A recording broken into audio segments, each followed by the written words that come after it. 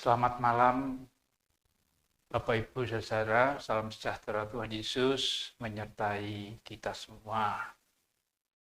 Baktian berayat pada saat ini, mari kita mulai dengan bersama-sama menyanyi dari Kidung Jemaat nomor 29, bait yang pertama dan keempat, di muka Tuhan Yesus.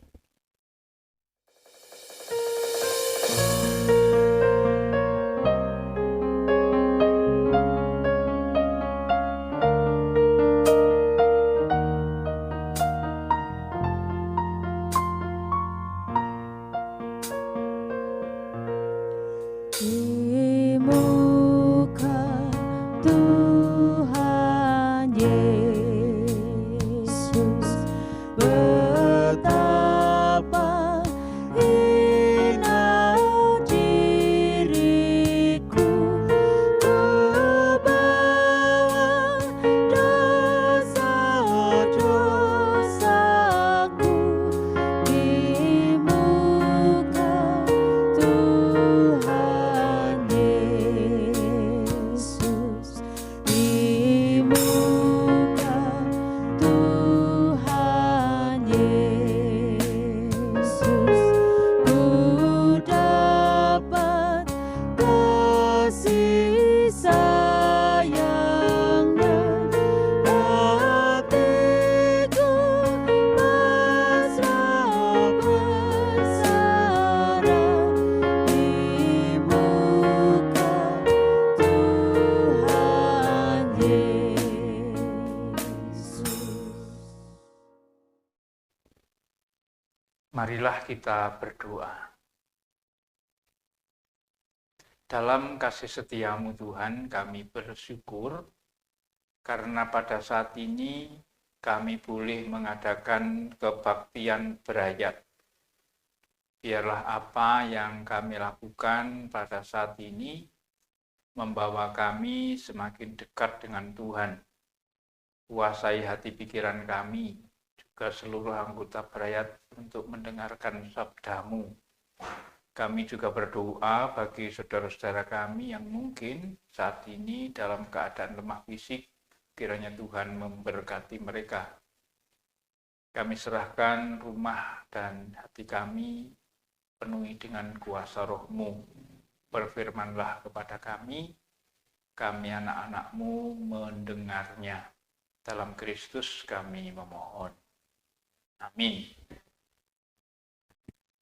Bacaan yang akan kita pergunakan sebagai dasar di dalam kita merenungkan firman Tuhan, kita kutip dari kitab Ulangan.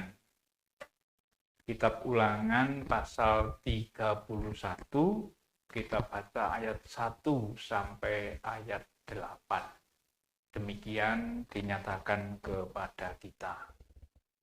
Kemudian pergilah Musa, lalu mengatakan segala perkataan ini kepada seluruh orang Israel. Berkatalah ia kepada mereka, "Aku sekarang berumur 120 tahun. Aku tidak dapat giat lagi. Dan Tuhan telah berfirman kepadaku, Sungai Yordan ini tidak akan kau seberangi. Tuhan Allahmu, dialah yang akan menyeberang di depanmu. Dialah yang akan memunahkan bangsa-bangsa itu dari hadapanmu, sehingga engkau dapat memiliki negeri mereka. Yosua, dialah yang akan menyeberang di depanmu, seperti yang difirmankan Tuhan. Dan Tuhan akan melakukan terhadap mereka, seperti yang dilakukannya terhadap Sihon dan Og, raja-raja orang Amori, yang telah dipunahkannya itu, dan terhadap negeri mereka. Tuhan akan menyerahkan mereka kepadamu, dan haruslah kamu melakukan kepada mereka, tepat seperti perintah yang kusampaikan kepadamu. Kuatkan dan teguhkanlah hatimu. Janganlah takut dan jangan gentar karena mereka, sebab Tuhan Allahmu, dialah yang berjalan menyertai engkau. Ia tidak akan membiarkan engkau, dan tidak akan meninggalkan engkau. Lalu Musa memanggil Yosua dan berkata kepadanya di depan seluruh orang Israel, "Kuatkan dan teguhkanlah hatimu, sebab engkau akan masuk bersama-sama dengan bangsa ini ke negeri yang dijanjikan Tuhan dengan sumpah kepada nenek moyang mereka, untuk memberikannya kepada mereka, dan engkau akan memimpin mereka sampai mereka memilikinya. Sebab Tuhan, Dia sendiri akan berjalan di depanmu. Dia sendiri akan menyertai engkau. Dia tidak akan membiarkan engkau dan tidak akan meninggalkan engkau. Janganlah takut dan janganlah patah hati.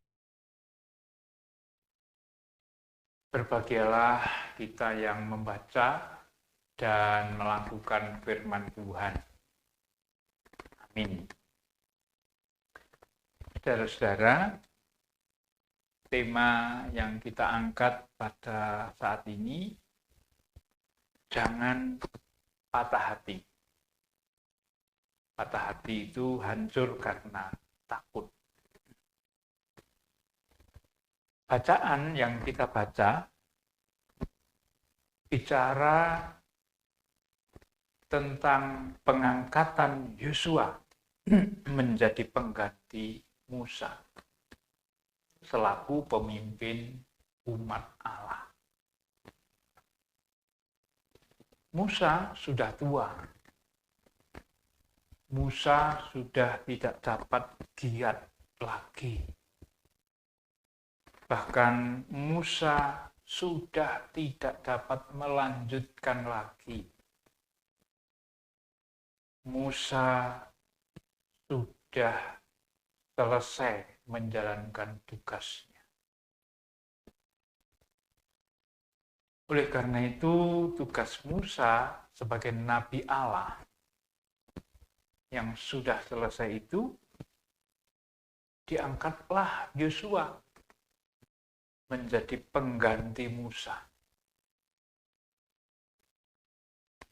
Saudara-saudara, kita tahu bahwa setelah umat Allah menerima suara Allah yang berisi dasa sabda di Gunung Sinai, mereka meminta Musa supaya bertindak menjadi pengantara antara Allah dan umat. Setelah Musa menerima dasa sabda tersebut dan seluruh ketetapan dan perintah-perintah atau hukum-hukum Allah yang disebut dengan Torah, Musa lah yang meneruskan kepada umat semuanya itu. Setidaknya 40 tahun Musa menjadi pengantara. Lalu sekarang Musa tidak dapat melanjutkan lagi sebagai pengantara. Musa harus diganti. Umat Allah telah mengalami bahwa Musa adalah pengantara kepada Allah dan saat ini harus dialihkan kepada Yosua. Dan umat mengenal siapa Yosua itu. Sekalipun Yosua sudah dipersiapkan oleh Musa, namun pada diri Yosua dan juga di dalam diri umat Allah ada ketakutan. Mengapa? Dan ketakutan yang bagaimana? Mari kita melihat apa yang ada di dalam ayat 6. Jangan takut dan jangan gemetar. Ternyata apa yang dinyatakan di dalam ayat 6 ini adalah larangan ad hoc. Maksudnya, jangan takut umat menghadapi keadaan yang konkret saat itu. Berbeda dengan ayat 8. Janganlah engkau takut. di sini mengedepankan takut menghadapi apapun. Dan kata patah hati secara harafiah itu hancur karena takut. Sehingga ayat 6 dan ayat 8 ini cara jangan takut ketika berhadapan dengan masalah yang nyata, yang konkret. Tetapi juga jangan takut dalam arti bayang-bayang, hanya pikiran, hanya perasaan. Dan ciri khas dari kitab Ulangan memang mengajak supaya umat tidak takut, tidak patah hati. Ringkasnya, apa yang ditulis di dalam kitab Ulangan ini merupakan panggilan kepada umat menjadi orang resilient, yaitu orang yang mempunyai kemampuan untuk beradaptasi dan tetap teguh dalam situasi sulit. Tidak hanya hari ini, tapi juga ke depannya. Kalau ini kita tarik dalam kehidupan saat ini, saudara-saudara, pergantian penatua dan diaken, pergantian pendeta dapat menimbulkan ketakutan, baik pada diri umat maupun pada diri penatua dan diaken sendiri. Untuk itu diperlukan resiliensi yang meliputi regulasi emosi.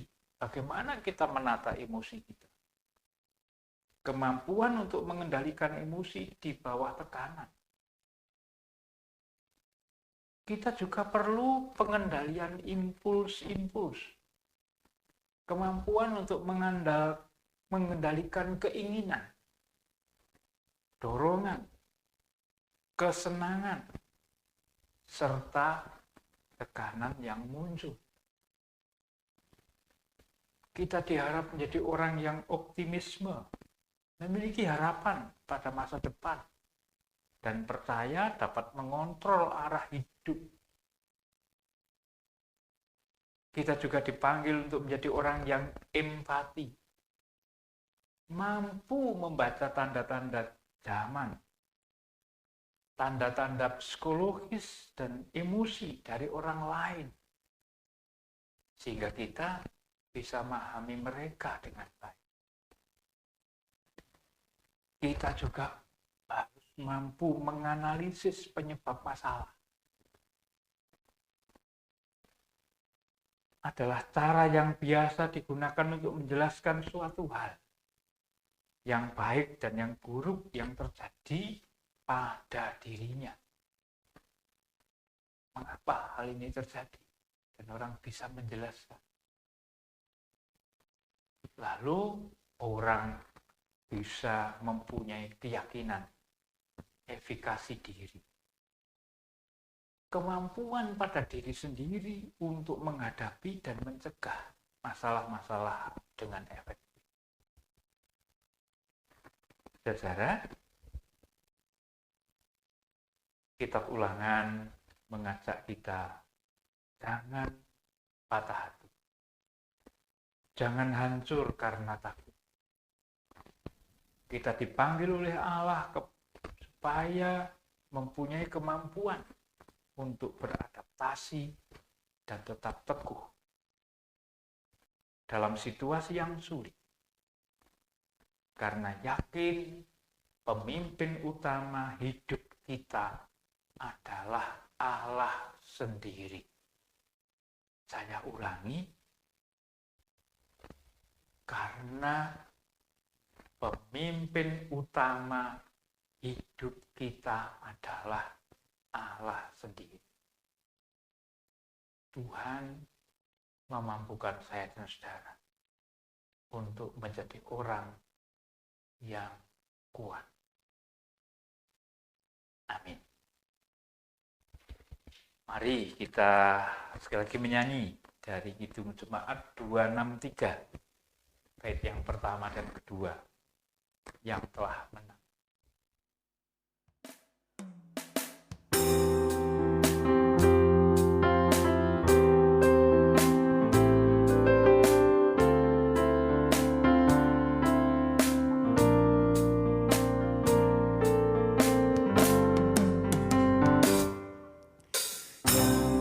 menang disambut di Firdaus dan makan buah pohon al-hayat. Tak lagi ingat duka atau maut, Kristus yang hidup Tuhan dan tetap. Ia alami nikmat surgawi dan merasai kasih kekal, dan merasai kasih kekal.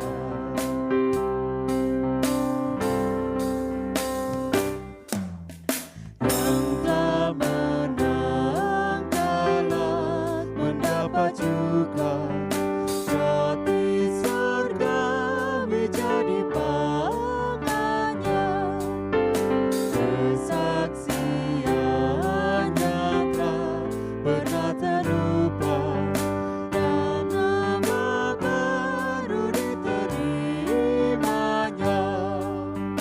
Yang diugikan di atas bintang, tanda jaminan sang penebus, tanda jaminan sang penebus. Mari kita berdoa. Bapa yang rahmani, kami bersyukur atas firman-Mu. Engkau memanggil umat-Mu supaya tidak takut menghadapi bahaya yang nyata, maupun bahaya karena angan-angan, karena persepsi, karena pikiran. Supaya kami hanya bersandar kepadamu sebagai Allah, menjadi pokok kekuatan hidup kami menghadapi segala tantangan. Kami menyerahkan semua proses perjalanan hidup kami dan segala sesuatu yang terjadi di sekitar kami, sehingga kami mampu untuk beradaptasi dan menemukan yang terbaik bagi diri kami, juga bagi kemuliaan nama Tuhan. Kami serahkan keluarga kami serahkan pekerjaan kami serahkan gereja kami serahkan pemerintah kami Indonesia, dari presiden sampai lurah kepala desa. Kami percaya Engkau sedang berkarya di dalam perubahan zaman ini, supaya kehadiran-Mu semakin kami alami. Kami serahkan semua rencana hidup kami di dalam kasih-Mu. Berkati anak-anak yang masih studi, berkati yang mencari kerja dan mencari pasangan hidup, supaya mendapatkan yang terbaik dari Tuhan. Bapa yang rahmani, kami mengucap syukur atas kebaikan. Kalau malam nanti kami bersama-sama akan beristirahat, kiranya kasih-Mu menyertai kami. Karena semua kami mohon di dalam kasih Kristus, Tuhan dan Juru Selamat kami yang hidup. Maka damai sejahtera Kristus, kasih Allah Bapa dan persekutuan Roh Kudus menyertai kita semua. Amin.